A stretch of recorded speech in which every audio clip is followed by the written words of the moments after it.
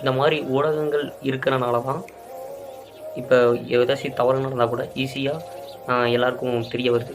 So இந்த media ஒரு யூஸ்ஃபுல்லாக இருக்குது. அதே மாதிரி ஒரு தப்பு செய்கிறவங்களையும் நல்லவனாக காட்டுறதும் இந்த மீடியா தான். அதே மாதிரி இப்போ அப்படியே மாற்றி ஒரு நல்லவங்களை கெட்டவங்களாகவும் ஆக்குது, கெட்டவங்கள நல்லவங்களாகவும் காமிக்குது இந்த மீடியா.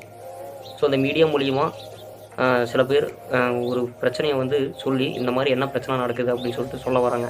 ஸோ அவங்களுக்கு வந்து ஒரு பாதுகாப்பு இல்லை. இப்படியே போயிட்டு இருந்தால் ஒரு யாருமே இந்த மாதிரி பொது பிரச்சனையை பேச முடியாது, யாருக்காகவும் குரல் கொடுக்க முடியாது. இப்போ சமீபமாக பார்த்தீங்கன்னா சவுக்கு சங்கர் அவர்கள் வீட்டில் வந்து ஒரு 15 பேர் துப்புரவு தொழிலாளர்கள் மாதிரி அவங்க வீட்டுக்குள்ளார புகுந்து கொலை மிரட்டல் விடுத்திருக்காங்க. அவர் யாருன்னா